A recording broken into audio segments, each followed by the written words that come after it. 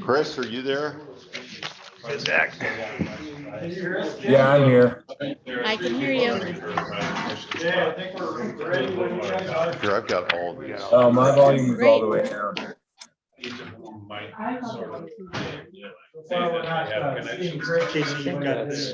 I do. Thank you. Sorry about that. How you doing, Zach? Spent all day in a conference room? Oh, yeah. Yeah, me too. Get your opinion at the break. Never ending meetings. Yeah. And she's a farmer too. Especially this time of year. Many moving targets. Indeed.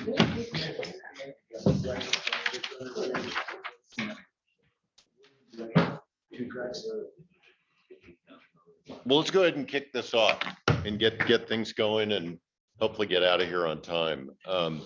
I just thank you again, Dan and Brian, for all the work that you and your groups have done. I thought it'd be a good kind of reminder. One thing, you know, we started this process back in September with a Winston Churchill quote that perfection is the enemy of progress. And I think we've made great progress here in this group. When you look back and think about the progress on the River Ambassador program, I think the FAS progress, and now the proposals for both commercial and non-commercial use going into our June 22nd Fish and Wildlife Commission meeting. And just for those tuning in and listening to this, again, I'd say there's going to be a great time and place for public feedback. We've gotten some really meaningful feedback this week from the GGTU chapter and also the Anaconda Sportsmen. Appreciate that, but we will make sure that during the commission proceedings and the public comment period between our June 22nd meeting and our August meeting, that there will be ample time to weigh in. This has just been a work group, and our charge has really been to come up with some recommendations and suggestions for the commission and staff of FWP to consider. And what we'll be doing tonight is making recommendations that then go to the staff. And fortunately, both Charlie Sperry and Dustin Temple are here with us tonight. Those suggestions will go to them. They'll be culled and prepared for our commission meeting. It may not come out looking exactly like this, or they may be supplemented in certain ways. And that's really the role of the department in preparation for the commission meeting. So I'd hope that all of you will stay tuned and be involved in the upcoming commission meeting and the public feedback session after that, and then we'll look for final adoption on these recommendations in August if all goes well. So with that, I'm going to turn it over to Dan Larson for the fine tuning that your group has done on the commercial management plan recommendation. First off, thanks to Dustin, Charlie, and the staff for your comments that came out last Friday and followed up on your comments from last Thursday. They were very constructive. In light of those comments, as well as just some refinements of thought coming out of our last two work group meetings, we've met as a subgroup and tried to fine tune a few things. And the changes aren't very dramatic in the materials that are handed out to you. They're highlighted. And I'll just try to hit very briefly what those recommended changes are and why, and then open it up for any questions or comments. First, there was a concern raised on what we're calling this. The river use permit, RUP, is what we come up with out of our commercial group. Staff brought up that there used to be a river use permit, and whether or not that would create any confusion. We're open to whatever you wish to call it. If staff has something or commission has an alternative, that's fine. Our only request would be that it probably have some distinguishing characteristic or name from any non-commercial river watercraft permit that may come into play in the future for non-commercial activities. So we just made that note. If you go to the second page under the appeals process, and just a reminder, this is the appeals. Do you, Jim, you need? Couple? Yep. Around. Page 2 is the limited appeals process, and just for your reference, this is with respect to the initial allocation of commercial day trips, use permit, based on the best of 2019 and 20. We had recommended and had blessed here a month ago the concept of a limited appeals period and process for those that could show extraordinary circumstances for why 19 and 20 wasn't representative of their historical use based on the last 3 years prior to that. Two different issues were brought up that we wish to address. First was that any final decision on an allocation needs to be a commission action. They can't delegate that authority. So we added some language here that whether the commission wishes to create an appeals board or use staff to collect the appeals, evaluate them, but bring the recommendations back to the commission for action. A related part of that was there was a question of what's this sort of period for the appeals. We had used a May 1st, 2023 deadline to file, which we were kind of basing off of when do we think this would go into effect with final commission action sometime this fall, give a period of time for the appeals process to be set up and for people to file, and a period of time for those to be handled. Again, we're open to whatever process timing the commission and staff thinks is realistic. And if there was a suggestion that possibly it could go faster than that, we'd have no problems with that. We weren't trying to create a system that would not be achievable right away. So we're open. That's something we'd leave to staff and the commission. And then on the item E, there was a question of sort of what might the nature of the proof be that the provider is capable of returning to their historical levels. And that raised a good question that we debated internally. And rather than trying to come up with a subjective standard, we thought the best response was be if somebody had an incident in 2019 and 20 that affected their ability to operate, a unique circumstance, they should be back in 20 or 21 or 22 to their historical levels. And if they're not, we don't think they've really proved that. So that was our suggestion, that would be the required proof. There was then some questions regarding donation of charitable trips and trying to clarify what that meant and making sure that it wasn't a potential opportunity for abuse or mismanagement, opening up a can of worms.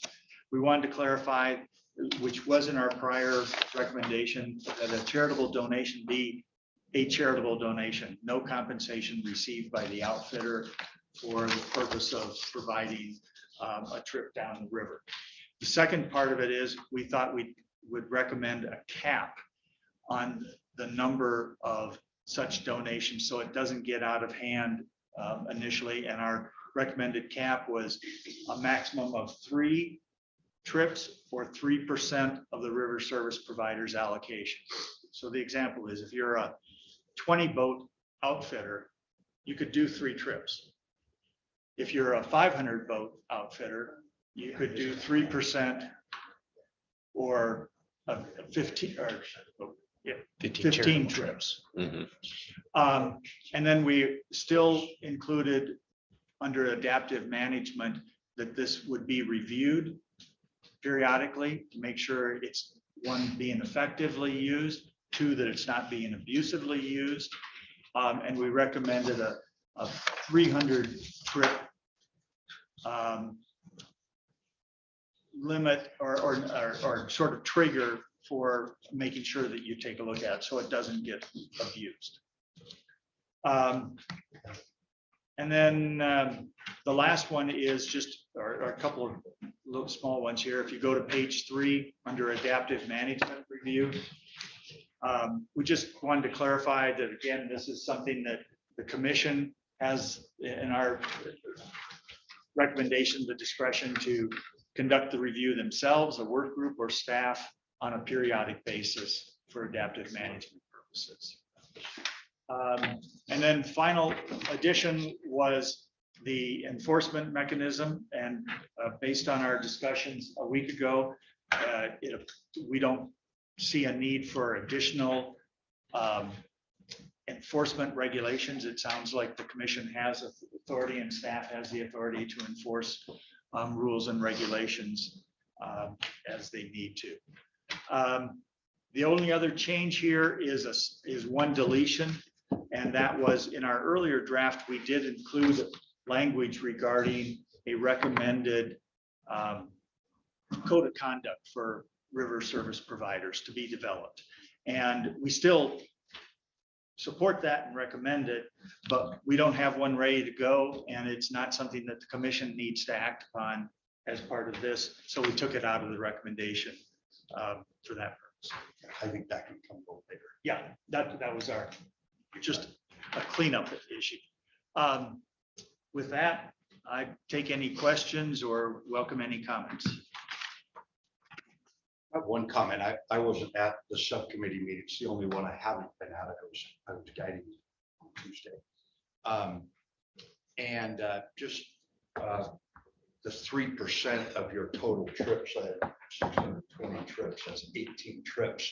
I can tell you right now, I mean, my Camp Corey Children's cancer donation that we did a couple of weeks ago was a full camp booking for 2 days of fishing. So there's 22 trips right there. So I'm canceling my Wounded Warriors group that's coming in this weekend, and my smattering of other, you know, at least another 12 days of individual, whether it's to the Big Sky Bridges Foundation, whether it's to Max organization. I'm canceling all kinds of charitable donations at 3%.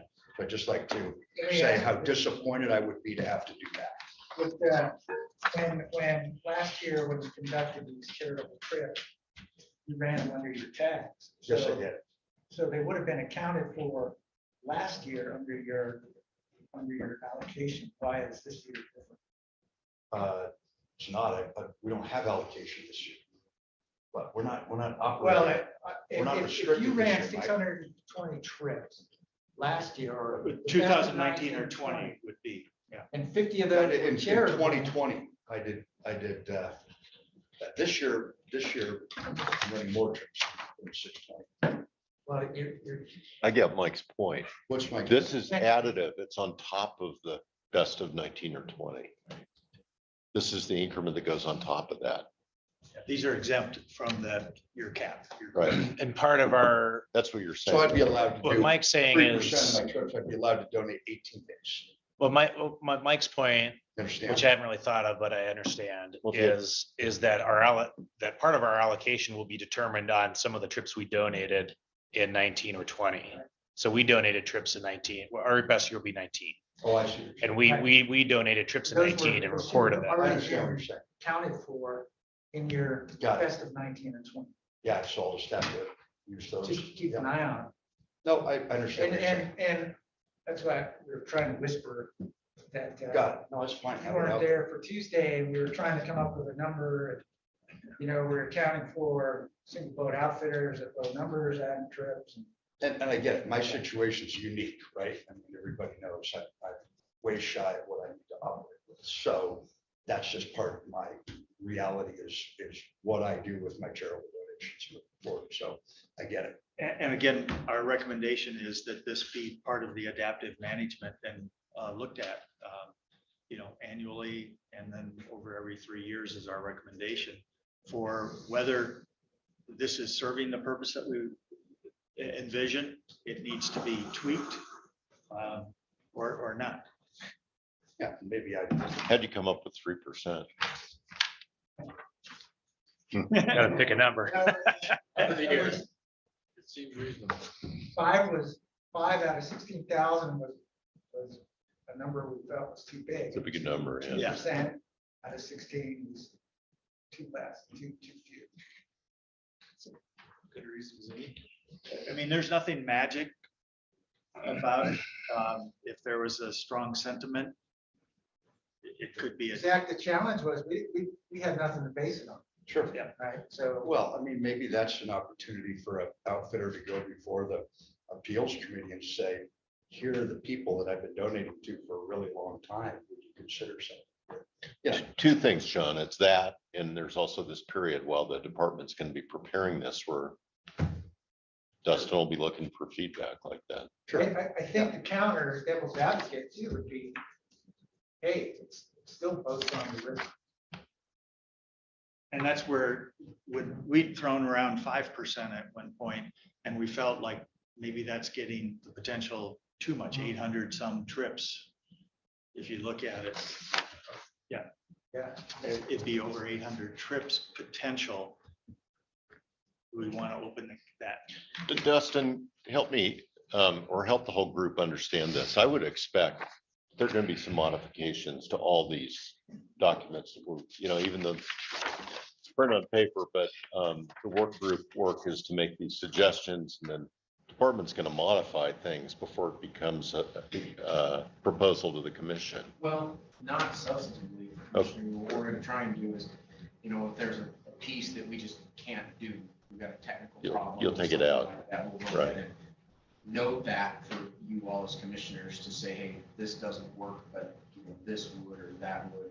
If we saw an obvious, like you said, problem or issue or something that we thought might help a bunch, we would include that, but we won't, that'll go along as a separate document. What we won't do is change whatever the work group adopts and present that to the commission as this work group. That we Right. won't do that. Okay, There'll be a companion document that goes right along with that. got it. Other answers in my springtime trips, I go to different river and keep my charitable donations intact. So that's another alternative. I have a big hole in your head. Well, I think you're going to keep your trips intact. It's a matter of how My many donations. are you going to add, right? Yeah, Yeah. we'll just not have to call up some of these donations I've been making for a decade and saying that news can't raise money for you anymore. I'd like to not be, Yeah, have but to, have to do that. that's my point. If you've been doing these, well, you were.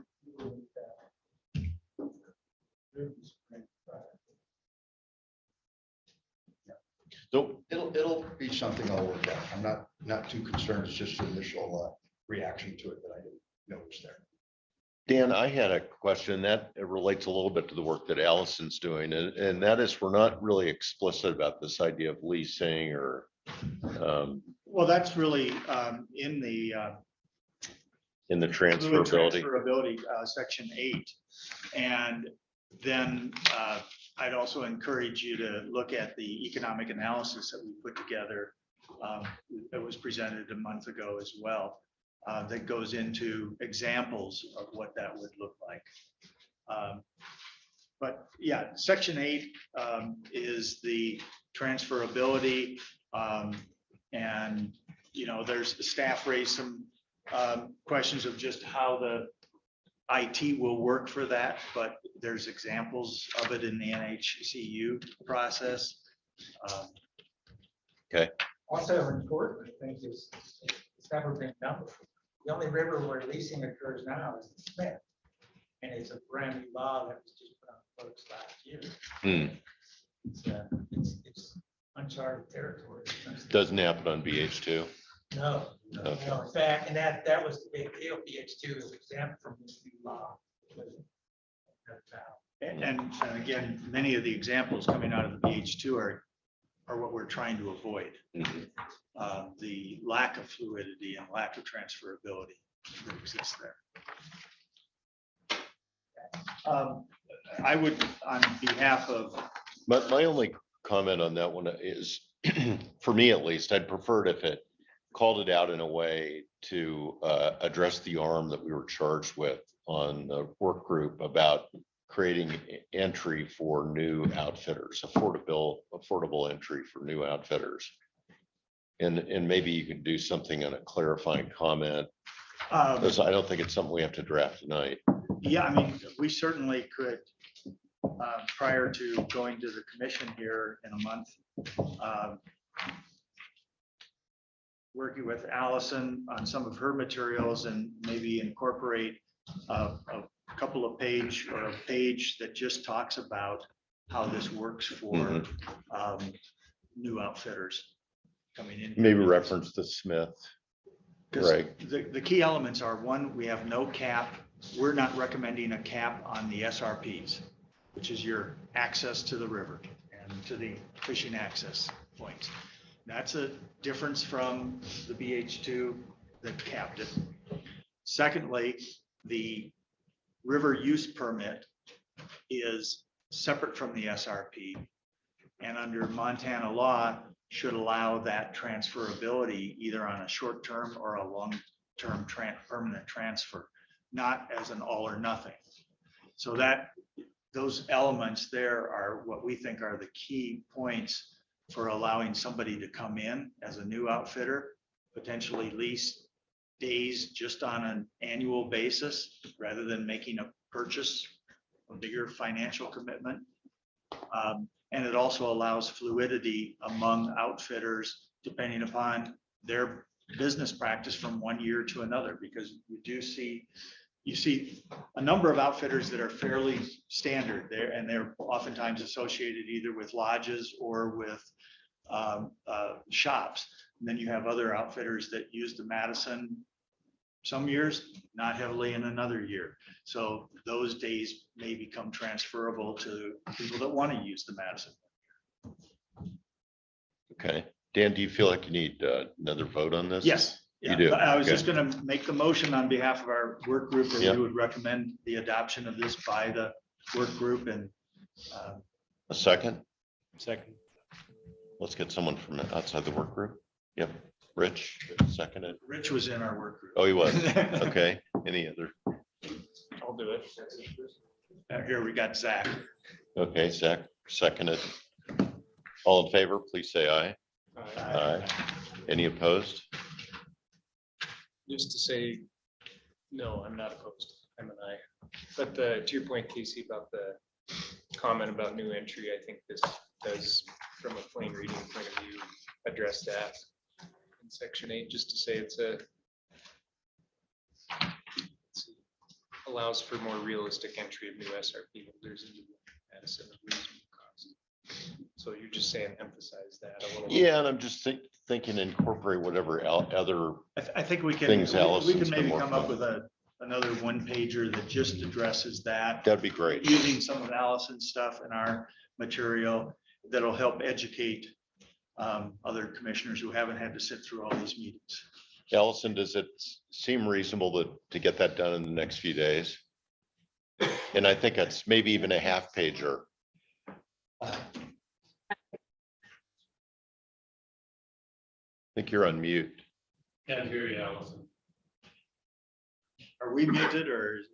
No, we're good. Can you hear us? Blink twice. We can't hear you, though. We'll take that as yes. When do you need it for going to the commission?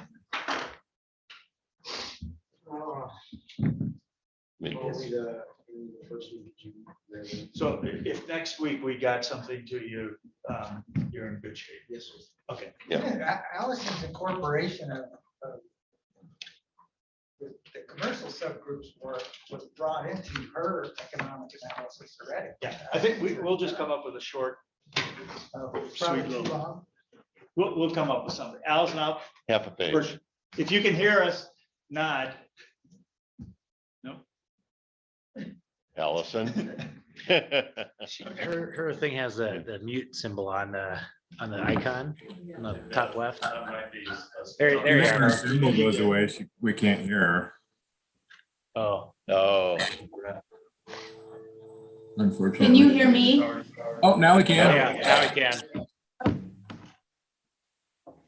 Okay, perfect. Only for a second.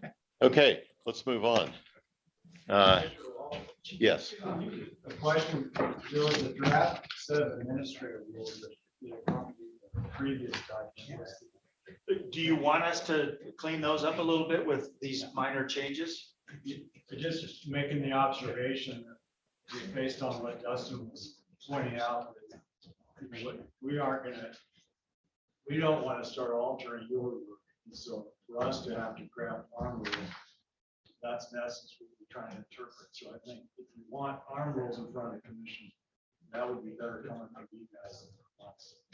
And That's is what that you did. Yeah, we ideal? can edit. We can just incorporate, or you can, Dan, that draft. These couple of little Mhm. things into what you've got? Right. Yeah. Okay. Excellent. Thanks. So next is the commercial rivercraft rental livery on the lower Madison. Brian? Can we actually flip flop one? That would be relevant. Fine with Before me. let's actually, there's a recommendation called Madison River Recreation Recommendation on Vessel Requirements for the Upper River. It's a one page. This kind of came up recently in our subgroup meetings, and it arose from some of the definitions of what a vessel is and is not in the state of Montana. And from many conversations we've had collectively as a work group of the concerns expressed with free floating watercraft that aren't under control becoming more prominent on the upper river. So for example, someone tubing, typically kind of just, some hands in the water and free flowing, and it's challenging for them to stop and navigate and work their way around a wade fishing angler or stop before they, might run into a anchored drift boat. Mike? Good point. And after we revised this once already, I just say mechanical. So if I'm not, Mechanical propulsion, which my Is a first motor. reading was motor. so motors are legal on the Madison River, if I'm not mistaken. That's where I got that from, for some of the existing language in Madison County. And correct me if I'm wrong, I hunted to find if there were any motor restrictions on the Madison, and I could not find any. There's some on the Beaverhead, but not on the Madison. I believe they are all three stems of the headwater restricted. Restrict motor. From So I would the recommend, county line all the way up. Motor size. You ever seen it? is it horsepower restriction or is it? 5 horse, but there is a restriction. Yeah, but I could not find that motorized were restricted completely, but I might be wrong. If that's the case, then we would remove that, but that was to recognize if indeed, any kind of motor is currently allowed, then, either that'd be a separate recommendation to restrict motorized craft from the Madison. Right. And so essentially what this recommendation would be is kind of recognizing that there's multiple forms of use on all parts of the river, but on the upper Madison River, it's highly revered and regarded for scenic floats and for angling and individuals, if they're floating, if they're not under control, it's a immediate source of potential conflict with other river users. So the spirit of this recommendation is if you're floating on the upper river, you have to be in control and have access to a propulsion mechanism such as oars or a paddle or mechanical propulsion. About, people often in pontoon boats just flippers. So when we look at the legal description of vessels, we have one very broad annotated code description of vessels. And then there's recently new arm that defines vessels. I think it was developed for AIS. And that arm is both of those are described here in the definitions. So vessels do not include float tubes, air mattresses, sailboards, etc. So that's not considered a vessel. And so using the same definitions, I think the argument is kick fins are not enough, aren't adequate propulsion to give adequate on a fast flowing river. And so essentially, if the recommendation is, if you're gonna choose to float on the upper river, you need to have oars, a paddle, possibly a motor if that's permitted, so that you can avoid other river users as you navigate down the river. Right, I understand. And I know that when, so I was involved in the AIS vessel definition, and they were mostly concerned about watercraft that had capacity to keep water inside it, like not dry out, right? Yeah. Drain dry. So things like stand-up paddle boards and inner tubes didn't contain any water.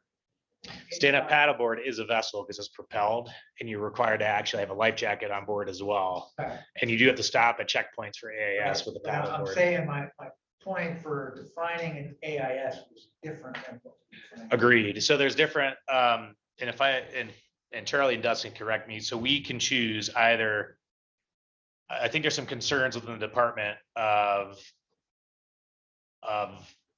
language and definitions in terms of things that you float down the river on, because there's existing language and definitions used in boating laws, and this also applies. So you don't need a life jacket when you're on an inner tube, in a float tube, a sailboard, etc., but you do in vessels. Right. And the big delineator is vessels are designed to be propelled through the water, and these other things are, so that's kind of like the delineating factor.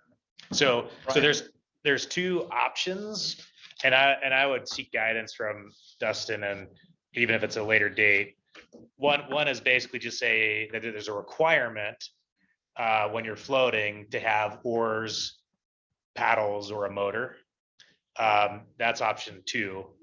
And the other one is simply to use the existing definition of a vessel, and all vessels in Montana are equipped with oars, paddles, or the potential to. And so, And option 2 would imply that air mattresses and inner tubes would be well, restricted. option 1, they're not vessels. So essentially, now option 1 is They're restricting those. Not be allowed between Yellowstone Park and Ennis. Because they're not a vessel. Gotcha, thank you. And Yeah. option 2 would would allow you be, to tube with a little. you would say, if you're engaging in floating recreation, even on an air tube, you could still float in an air tube, but you'd have to have like a paddle. Something that gives you adequate propulsion to avoid conflict with other users. So this is a can of worms. Casey's smiling, and Brian and I went back and forth for quite a long time, because I brought up, well, what about personal watercraft? I thought PWCs were this, and apparently personal watercraft applies to things like jet skis and Motorized. Yeah. so that didn't count either, and we were scrambling on ways to come up with this. But, you know, what if I had, it's gonna be little cups in your inner tube. Dude, I got paddles, right? Well, that's where you're gonna have to have Option 1. definitions, right? I think based on Dustin's input here, I think we can take the reference to motorized boats Yeah, out, the right? Restriction in, it's by county, and all the counties in question are restricted to motorized use over 10 horsepower. So they are allowed, but they can't be any more than 10 horse. Right, and that's Madison. So then you can. Did you guys run a- ever, I'm curious, I've never seen a motorized boat on the I Madison. have not. I've heard, Have you? I've heard of some. I've people seen doing it. to duck hunt. That's what I've heard about. For those of us that don't paddle all that well, you put a trolling motor on your drift boat, you Yep. drift down from Valley Garden to Ennis Lake, and then you put your trolling motor in, and But then that would be That's once you lake. hit the lake. What? That's once you That hit would the be lake. lake. not well, the you're river. sometimes putting that motor down when you're sort of in that gray area where the water may still be flowing, and Pulling maybe That's- plugs. That was my point to Brian, just because you have the words doesn't mean you know how to use them. It's a start, right? But you can get to that lake with a big, huge wind, and I've seen people Yeah. with oars get blown away from the launch, and the guy with a trolling motor went and fetched him and brought him back, so. It's on the lake. But On the these lake. Rex wouldn't We use apply them to on the the lake. lake, right? These are only for the river. I've never seen anything with a motor on the. It's not common because of the shallow nature of the river and the rocks, so that's why you see it in Missouri, guys. Well, at the same time, I don't want to like promote No, motors on the upper. we don't. It's kind of self-explanatory. Right. I think one of my comments I sent over to you was, is there an option of, instead of having what I view as sort of a convoluted way of getting to a prohibition against certain things by doing it, of just saying you can't use inner tubes, mattresses. I think you could expand option one, because option one uses existing state definition of watercraft to define vessels and non-vessels. And non-vessels, that distinction is because these things are commonly not using propulsion or adequate propulsion, and these are. So you're kind of adding. I think under I that actually one, really you would like go that. with option one and then expand it I just to, think if this is going forward, clarity for the public.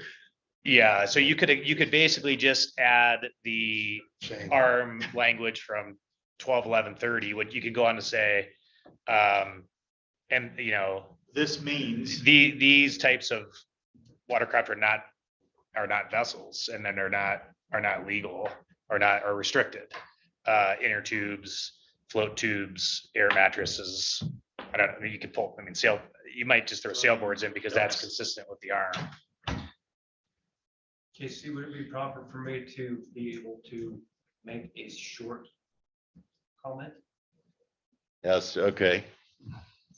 I believe that you're gonna get a lot of resistance from those people locally who float from 8 Mile to town in tubes. I would recommend that you might want to adjust that to 8 Mile. And leave that opportunity for those individuals to 8 Mile, because locally, I think you can get a lot of. Above 8 Mile, modify that, the requirement upstream of 8 Mile access. Yeah, 8 Mile up. I think that's a Leaving really them good. 8 Mile down, you get to down to Valley Garden. Because the Valley Garden, the lake stretch would be, you wouldn't love having people doing that either, but then they'd be stuck in the lake anyway, so it'd be a terrible. You'd place probably to allow it keep all the way to Ennis Lake because no one's going in their right mind would choose that option That's kind of because what I mean. you're stuck. So I think that's a really good suggestion, actually, I hadn't thought of it, but I was gonna make the point that this is gonna be a tough sell for locals, especially, I was thinking like, maybe you should do a holiday exception on 4th of July or something. We've been doing it since we're kids hopping. Yeah. And so the government saying you can't do that anymore is gonna be, go like. What do you think, Todd, above 8 Mile? Yeah, I agree. It's an issue.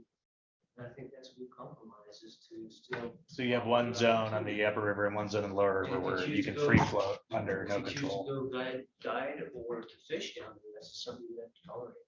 Yeah. But you'll get the pushback. Right. If you don't do that. I think that was a really good suggestion. Yeah, I agree. I think that kind of neutralizes the rat's nest or the hornet's nest with that kick. What is Bird Done. Tree or 8 Mile higher? Can you keep it straight? Yeah, that's any questions or, so I guess I would, to clarify, recommend striking option 2, expanding the definition of option, to limits of option 1 to Yellowstone National Park to 8 Mile fishing access site. And then to add further description that repeats ARM 12-11. ARM 12-11-30 specifies what you're asking, Dan, but that should be actually written out. And I make it my recommendation is you make it as an affirmative statement that these are not allowed. Restricted is the Right. Yeah, so, and then the following are restricted. Yeah. And the other, this might be getting too complicated, but the other question I was gonna toss out, especially with that suggestion, is maybe clarifying that I think what you want to prevent, right, if people are really worried about the quality of the experience on the river is the bus loads of commercial activity. Your locals jumping in the water for a weekend float is not, and especially if they've got that stretch, no big deal. But if you, even between 8 Mile and town, if you turn it into a bus load commercial experience, then that Yeah, changes and that. just to, so the commercial is different, right, than everything. And so it is possible to restrict commercial rental delivery companies to certain reaches. This would be restriction for all users. Currently, there is no commercial folks that show up and rent tubes to folks and turn them loose. But I've heard a lot of concerns of the increase in that form of use, which is not commercial, but just, you know, it's there's more conflict per floater when they don't have control than when there is control. I think practically my concern regarding below town may be minimal, but below town is very popular wade fishing, access from Valley Garden, or those coming over to the lake and coming up the mouth, and it's a very shallow channels and side channels, lots of roads. And right now we just see some stand-up paddle boarders and kayakers coming through there, no inner tubes to my knowledge. But I'd hate to start seeing a flotilla going through that wade fishing area, because you've got the campground at Valley Garden, you've got a lot of people that hike up and down the river from there. So for simplicity, Dan, I think locals, if they're gonna have a place where they can continue to tube, I think they're gonna want to have the opportunity to go all the way to Valley Garden. But for practical reasons, the reasons we don't see any tubers below Valley Garden is you're really in a dangerous scenario when you get to the lake if you're trying to paddle your way out. So, I mean, that could be an adaptive management. I mean, in the future, if there was another access point, from a simplicity, it would be easier to have. I down. understand. I was trying to talk.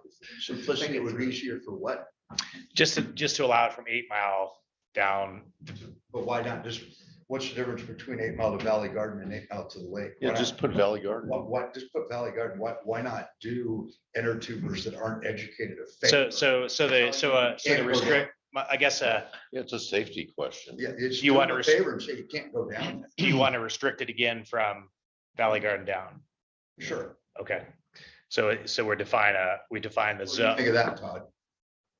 Yeah, I mean, I guess the only pushback might be just that they don't like being restricted, but sensibility wise, yeah, of course they shouldn't be down there. There is precedent in other states for restrictions on tubers on rivers. It's generally safety related. It's pretty common in Colorado where they, and sometimes it's seasonally during runoff, they restrict tubes, but they allow kayaks and paddle powered vessels. You get down to the mouth and the wind is blowing 30 miles an hour You're screwed. and 2-3 foot waves. By the spillway. So subject to these changes, I think we ought to move this one and Okay, we gotta yeah, get agreed. clip in here. 8 Mile to Valley Garden. And And the so, final question, while we're making these specific recommendations for different types of craftsmen, could we ask to have 10 horsepower motors removed from Yellowstone down to Ennis Lake as well? You can ask for whatever you want. Do you want to ask for that? I would, that should be a separate recommendation. But we can make a non-motorized recommendation. That would be the logical place with this is. what do you think, Dustin? Wouldn't it just fit in this same definition of vessels? So I mean, there's already a commission rule on the books with the restriction. The commission's practice as it relates to completely restricting or alter motorized use is going to do it by watershed. Typically, we're assigned to that task, keeping both the shields and the boulder in recent years, both those is Why would we restrict others? No, restriction to no motorized. Why? What do you, why what? Why remove motors from Madison? But is there an issue or are we just? Yeah, there's no issue that I I There's know not of. now, what we're talking about things 30 years from now. Yeah. Once the river gets awful lot deeper. Self-reinforcing. Yeah, it's, no one uses them because they're not practical. Okay, So. All right, let's move yeah. this. Let's get it going. And All right. I would say too, just that's a little bit of a, it can be a little bit of a political access too. With Yeah. the- Why don't we take all these at once, with the exception of the bear trap? We'll vote on them all at once. So let's keep going. Just one more thing, I don't know, the last meeting, if you saw it, the L Western Cabins and Lodges, right, there was a post that they posted to the Madison River this summer. Guests and locals alike, let them take a relaxing boat down the breathtaking Madison River.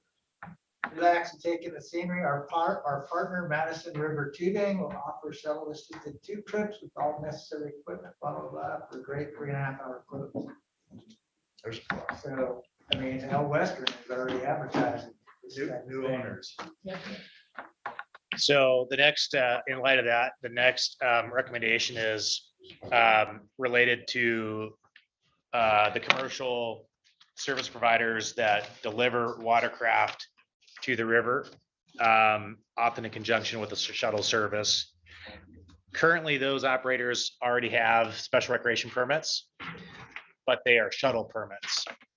And the recommendation is essentially to issue a third, there's guided trip permits, there's shuttle permits, is to migrate them from a shuttle permit to this permit, which would be called a watercraft rental delivery permit.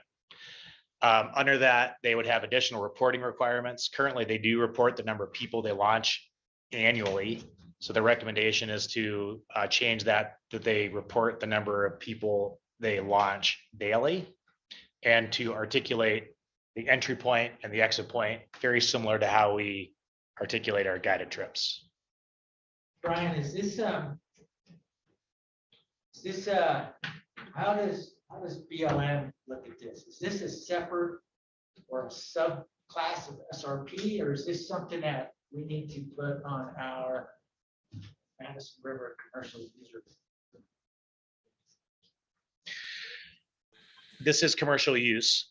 The other recommendations are for guided trips. I would argue that this come in as a separate recommendation, primarily because we have a lot of data on guided trips. Right. And so we are prepared right now to set capacities and use limitations. We do not have good data on daily use levels from this form of, and so the thought is this would not be regulated at the moment, Right. but would potentially be regulated if we develop a Madison River recreation plan. I guess my question is the shuttle permit mechanism to the SRP? A shuttle permit is an SRP. The shuttle permits are part of the SRP, Mike.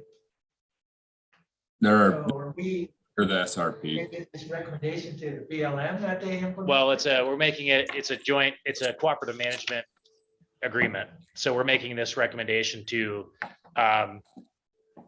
this is, I guess, to the department and the BLM. That's a good question. But I think this has to be also, We're making another permit. well, it's not, we're making a distinction to, they're already required to have an SRP permit. Chris, any guidance on, yeah, I think Yeah. on this? Well, so they are currently under the SRP, I guess. To Mike's point, I'm not real sure what this changes except for their reporting. Which I'm all That's exactly that my reporting. point. Reporting and a geographical limitation is Excellent. what's proposed. So our recommendation would be to BLM, And FWP, because it's a cooperative management. okay, to require, reporting requirements on them plus restrict them geographically. I think we can continue as a work group to determine whether we want to support the recommendation. And then that's whether it goes to both agencies or one or the other. And so basically this would be reported differently than shuttles and differently than guided trips. It would have its unique form of reporting. And most importantly, it's reported daily. The other distinction which we can discuss would be would there be a geographic limitation to this? I would argue that there should be, if we collectively are concerned about this form of commercial operation occurring from 8 Mile to Valley Garden, where that free floating tubes would still be permissible. That's the last item. So those are the three changes are essentially requiring a unique form of reporting. That reporting's daily, and that there are geographic restrictions or limitations that form of use would be limited to Warm Springs to Gray Cliff. There's also an important distinction in here, which is that you do not need an SRP if you rent a watercraft to someone remote from the river, and the end user transports it, through other means to the river. So if someone rents a tube in Four Corners or from a fly shop in Ennis or Driftwood or whatever, that watercraft is treated like a watercraft they would own. And if there's a permit in the future, they would still need a day permit. The business that rents it to them does not need a permit. They only need a permit when they show up at a boat launch and a craft. Brian, when you refer to daily reporting, if I'm correct, you're still anticipating an annual report Correct. by the SRP holder, but they're reporting their usage on a daily basis, similar to what outfitters currently do, and location of where, number of people and which location they went to. Yes, that I think is articulated. Watercraft rental delivery service providers must record the number of users that are launched per day, along with launch and takeout locations, and provide these logs in an annual report to the department.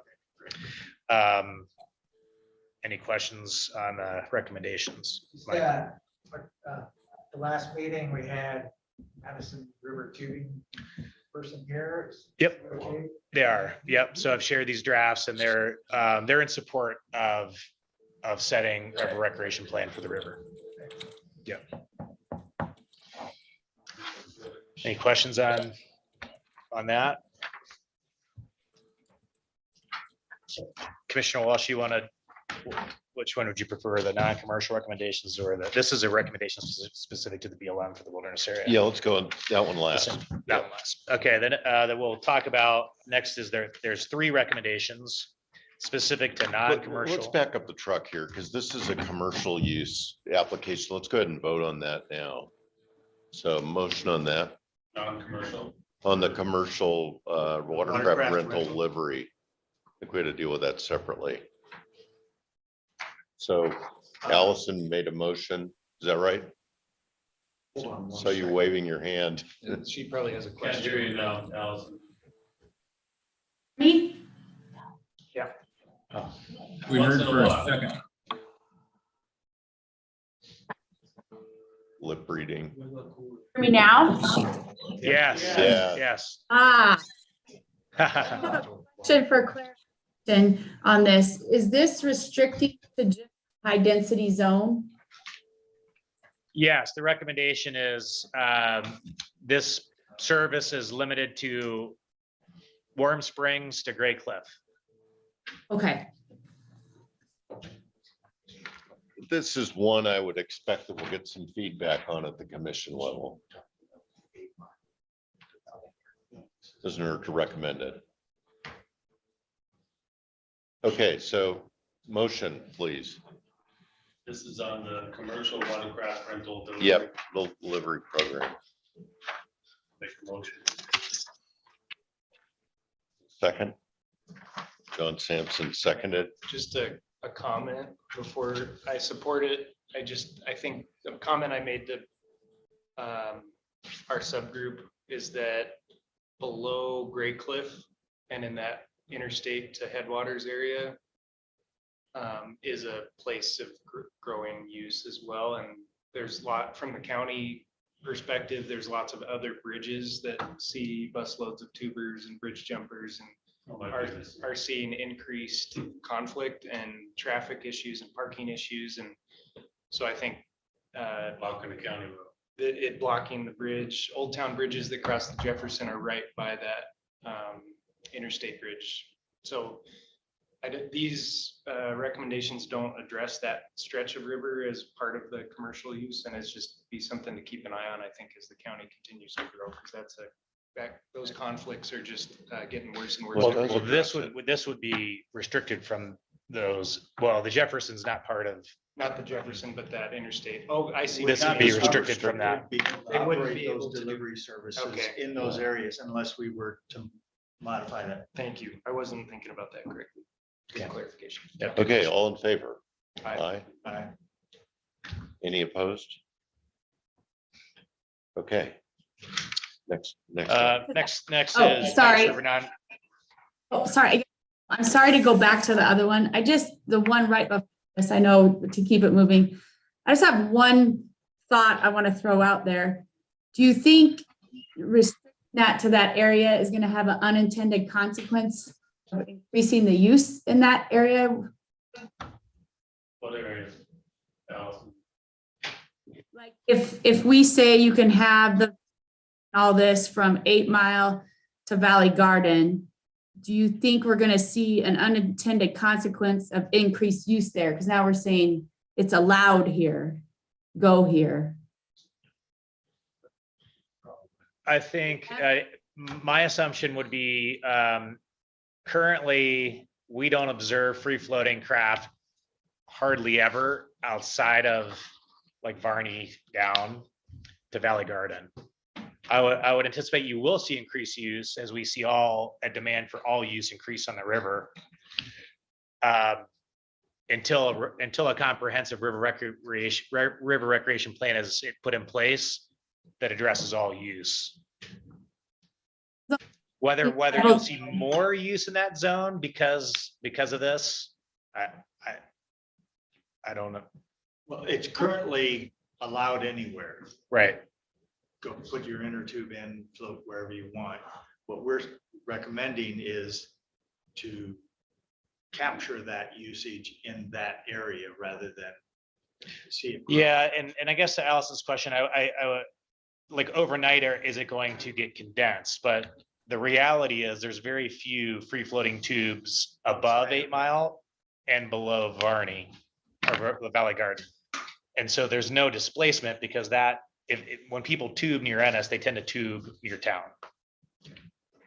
Is my observation. I mean, no statistical base. Yeah.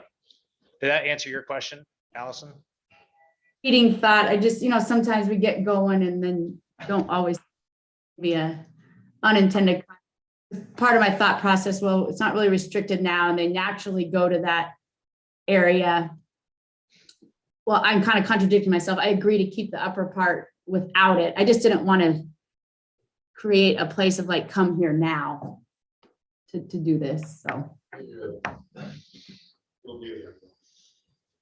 Okay, let's do a motion and vote on this one as well. Be done with it. This is the Madison River Recreation recommendation on vessel requirements for the upper river. Motion from John Sampson. Clarification, we changed the location. Yep, Brian's gonna clean up the language Yeah. and provide it to Dustin. And the stretches we're voting on are no vessel or no tubes from Yellowstone to 8 Mile and then Valley Garden to the lake. Yep, and they're scratching option 2. Okay. Mike. Cases like that. It's fine. But this is, The night is young. we're not including definition in our geographic scope, doesn't include heavy and quick. Because of lakes, Doesn't include heavy and quick. correct. Correct. On the Madison River. Is there any of this between the lakes? There's kick boats. Yes, because kick boats are restricted. There are some kick boats on, What are you thinking, but Mike? that's not the Madison River. Are you thinking it should Quake Lake is not the Madison River. But we know you have been in. between the? Oh, between the lakes? No, there's not much. It tends to be the pontoon boats, which would still be permitted.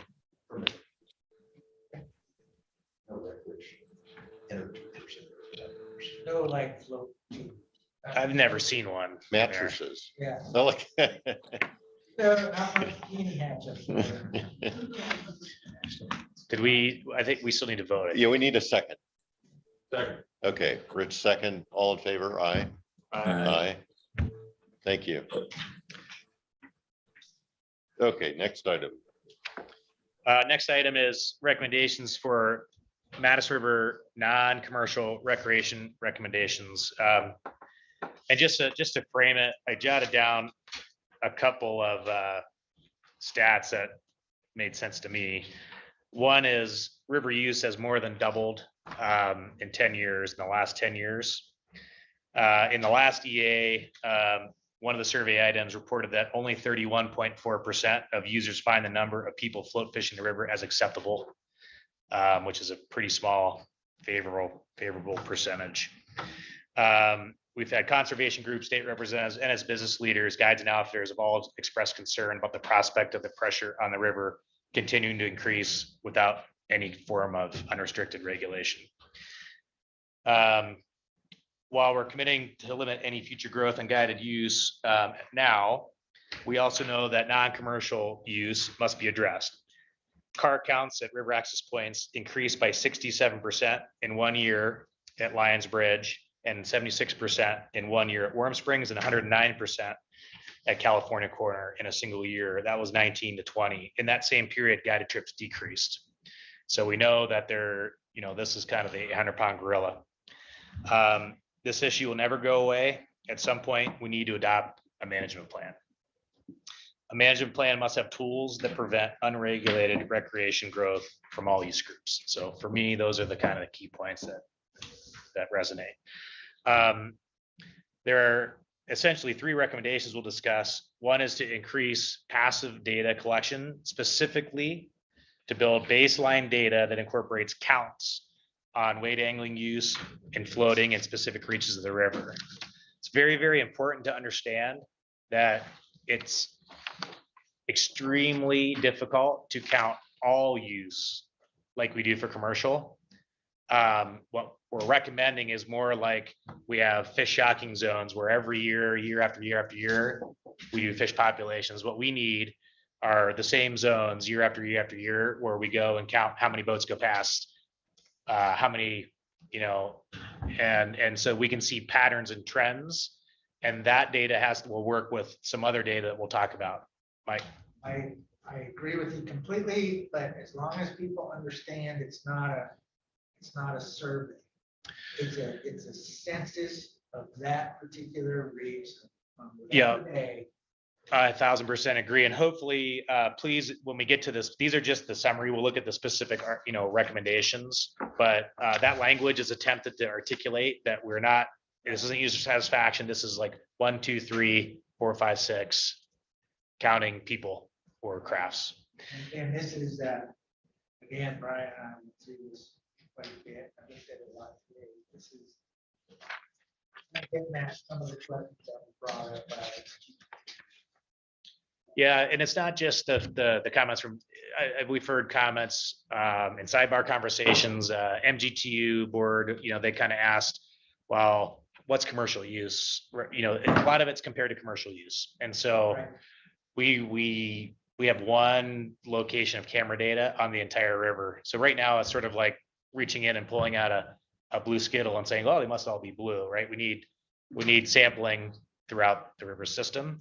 That's what this recommendation would be for. Well, indeed, the next recommendation will be a required but unlimited Madison River float permit for all groups that are engaging in float recreation in the river. We'll go into some detail on that. And finally, a commitment to develop a river recreation management plan for the Madison. So let's look at the detail of the past monitoring. Simply here is just articulated that we need both in the popular wade angling zones. We need some benchmark counts. I would envision that might be a high-speed float, late morning, Reynolds Pass to Pine Butte, one person rowing the boat, one person counting how many people they see wade angling. Again, that doesn't count the total number of wade anglers all day, but if you do that multiple times per month, every year, Now you have baseline data.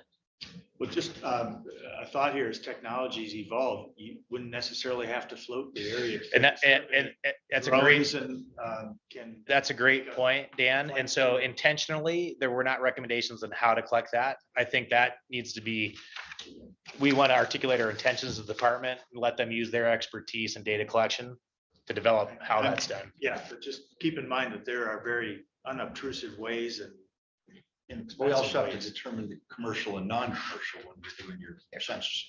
This would not, these would be just number of users. We know exactly where every commercial user is every day, so we can go back and then backtrack that. WP employing drones to count people will not be met with fanfare with a lot of folks, just to say that. Yeah. By the way, the very last page is not a department recommendation, but are some thoughts kind of based on Dustin's comments on, a wish list. And so, for example, there's a wish list of some areas where wade fishing is extremely popular. It'd be nice to have counts there. It'd be nice to have, float user counts. And so there are some specific thoughts, assuming we approve some of these others. Any questions on that recommendation? Brian. So go back a few years, Andrew put out the camera at Lions Bridge. Correct. Yep. Following that, the Upper Yellowstone Watershed Group started evaluating use on the Yellowstone River. Yep. Put out a number of cameras, and it was some big high-tech IT guy that said, oh, I could tell, it's like name that tune. I could tell what that boat is doing on that particular photo using artificial intelligence, whatever. And turns out they couldn't do it. Right. They had 7 cameras out. They got thousands and thousands of photos that they're using people to go through and count and determine use on the Yellowstone, which is good. And then the Blackfoot, Christine O'Shell did the same thing on the Blackfoot. First year put out a camera, said, wow, this is great. We can't discern commercial from non-commercial, but let's put more cameras out. They put 7 cameras out last year up and down the Blackfoot and still can't discern commercial from non-commercial, but they're evaluating use and using the SRP data to track total use. So coupled with that, Board of Outfitters was revising or still trying to revise their watercraft identification ag requirements for outfitters. Me and Mac are working on that. But I met with the Upper Yellowstone group. I met with Christine O'Shell to talk about, hey, what would you need for a watercraft ID sticker, marker, pod, I don't know, on the boat that you can discern using the cameras. Like, oh, well, the first thing is if it's in the same spot on all the boats. So that was one, and we went from there. But that, Yeah. We're going to work to try and identify commercial, non-commercial camera data, camera traps, and the like. So. And there's still, like in Colorado, they still have places where they just sit someone in a lawn chair. Yeah. So that's an option too. Yeah. Charlie. Yeah, Commissioner Walsh, this, you guys are touching on something that we've made a priority of, and that is looking across the board at how we're collecting this data. We've done a lot of it at state parks using traffic cameras. Done some of that at FAS has been a lot. And then the whole river discussion you guys are highlighting. So rather than having a piecemeal approach all across 7 regions, we're going to make it priority to look at this holistically, where it's working well. Some of the stuff that Mike brought up, I haven't been staff to sit there and watch thousands of pictures with thousands of video shots to try to get a count. And we're going to try to look at what is the most efficient, and probably equally as important, when we get into these conversations, that the credibility of that data and how it's collected is so critical. So looking at that part of it as well. So more to come on that. That's not to dissuade this discussion, but just to emphasize that it's something that we prioritize. Yeah, thanks, Charlie. Any other questions on that recommendation? Okay, next recommendation is required non-commercial Madison River float permit. The goal of this is twofold. One is another form of data collection. Again, even if we have 10 camera counts all day long, every day on the river, we still don't know the total number of non-commercial users. So we need to look at the car count data at FASs and have some calibration. And this would be like a triumvirate of 3 unique forms of data collection to gain a much better idea of commercial use. Finally, if we don't want the river to double again in the future, we have to have some tools that will be used to manage to acceptable levels of recreational use. And when we look at every river in North America, which there are many, that manage to acceptable levels of use, they are all done in one of 2 ways. One is they set an upper boundary of how many boats can go down, or they set an upper boundary on how many people can float down. And so recognizing that that is the tool for management most commonly used, we recognize that this could also be a future tool for a management recreation plan. The recommendations are, number 1, it's a Madison River float permit will be issued daily for all non-commercial groups that float on the Madison River beginning in 2023. Second, a Madison River float permit is required when floating between Yellowstone Park boundary to Ennis Lake or from Warm Springs day use area to the Jefferson River confluence. So essentially, this would not be the permit that would be valid in the Bear Trap Canyon Wilderness, but everywhere else on the river. Third, Madison River float permits may be reserved digitally or in person at licensed providers, so make them easy to get. 4, the permit must designate the number of participants in the float party up to a maximum of 20 individuals per permit. Keeping in mind that our goal right now is not to set limitations on use. Why not set this at 50 or 100 or have it unlimited? Right now, groups over 20 are uncommon. You would still be allowed to have a group over 20. It would simply 2 different people would make reservations and combine them. But the thought here is if you make this number too high, you may lose some validity in your data. And that's somewhat of an arbitrary number, but that's the rationale. Number 5, the permit must designate the date of recreation. If a user plans to float on consecutive days, up to 3 daily permits may be secured in one reservation session. So this is simply a ease of use. You want to avoid someone that wants to rent a vacation rental for a long weekend and they're planning on floating 3 days in a row. When they go in, talk to their license provider, or go online, they can kind of click like you would 3 nights at a campsite. Because this is going to be unlimited, the thought is we don't want someone to be able to go in and click 120 straight days and essentially print themselves off the senior season pass, even though they might only intended to go 20. Mike. Just, can you give me an example of number 4? Number 4. Yeah, so yes, yeah. And I got so 2 others in my boat. Yeah. How am I ever gonna get to 20? On the lower Madison. 20 college buddies. Let's go tube. They're a floating party. It also could be a group of rafters, 3 rafts. 3 rafts. And again, the idea is we're not right now. Right. We're not choosing to manage limits or any kind. We're simply building a tool later. A tool, if we do want to use this tool as a management tool, it can be modified. they can be adjusted. We can have this zone has a 9-person limit. This zone has a 24-person limit. Yep. Also the collect data.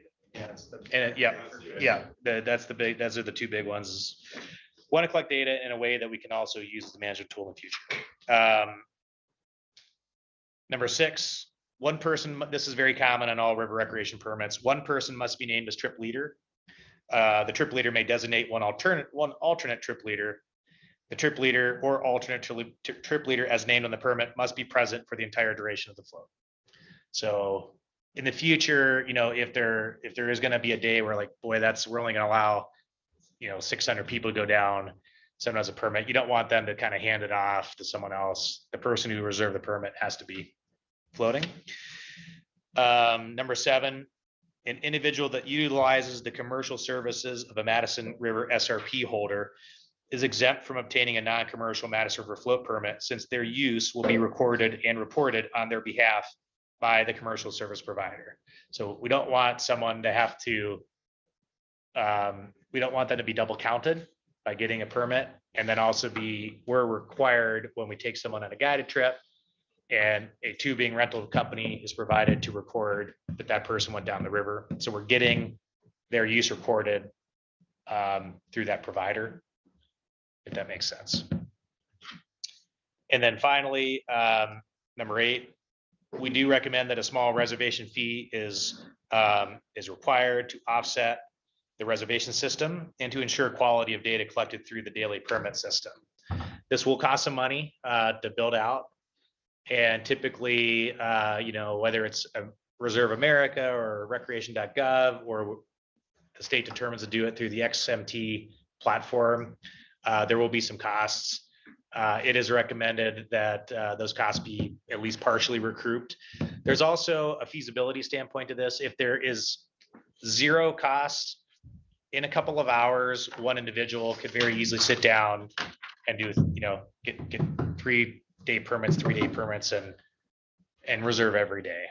If they have to pay $1 per person per day, they're going to think twice. The college kid's not going to reserve every day of July, even though they might only tube twice.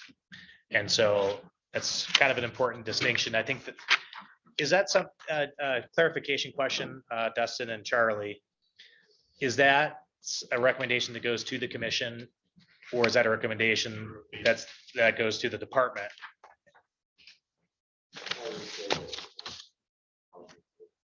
Okay, we'll leave it here for now, but we can remove that later. Fine if it goes that way.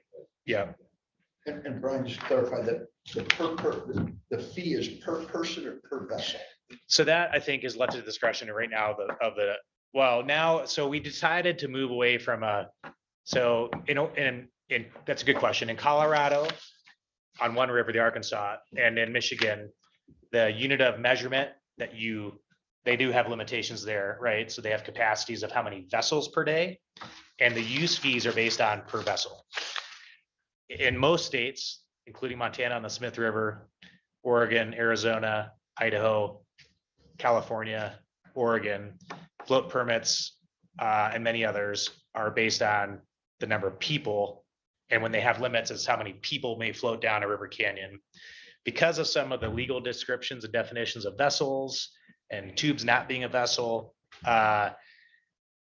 we thought it was simpler to use the model. Either way is effective. Either way allows you to gather data, and either method allows you to use it as a management tool in the future. I'd really give FWP staff the leeway on this one. I think also, Dustin, on the data collection side of things, I just can't imagine that the department wouldn't want to know if these are anglers or floaters.